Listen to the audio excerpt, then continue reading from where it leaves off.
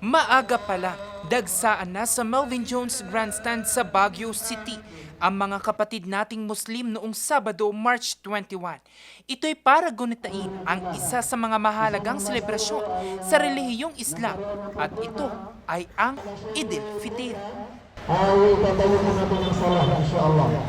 Ang Eid al-Fitr ay ito po yung pagtatapos ng aming Ramadan ng 30 araw at aming pinagfastingan, no?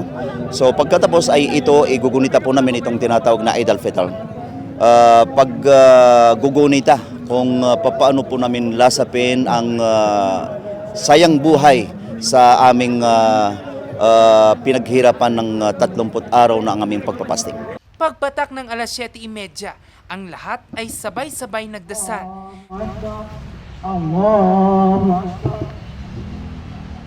Pagkatapos ng ilang minuto, ang lahat ay nagpalitan ng yakap at nagbigay ng kapatawaran sa mga kaibigan, kapamilya at mga kakilala. Pagpapakita raw ito ng kapatiran, pagkakaisa at kaligayahan na nagawa nila matapos ang 30 araw ng pag-aayuno. Bagamat magkakaiba ang lahi at pinagmulan, ang lahat ay nagkaisa. Samot-saring pasasalamat at hiling naman ang kanilang ipinagdasal kay Allah. Papasalamat po kasi naisampay kami sa ganitong araw. Umabot po kami ditong araw kasi hindi naman po lahat umabot sa ganitong araw. Kaya yun po yung malaking pinapasalamat namin at sana po umabot pa kami sa isang Ramadan, insyaAllah.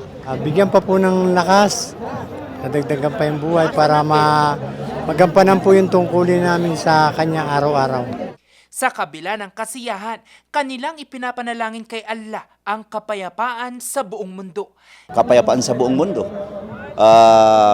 kaginhawahan, mawala yung mga sigalot ng nasa pagit-pagitan ng mga tao o sa mga ibang sa mga malalaking bansa. Ang Idil Fitr ay hindi lamang pagtatapos ng pag-aayuno.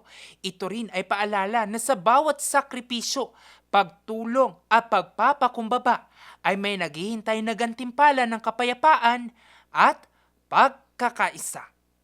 Jose Robert Inventor, RNG News.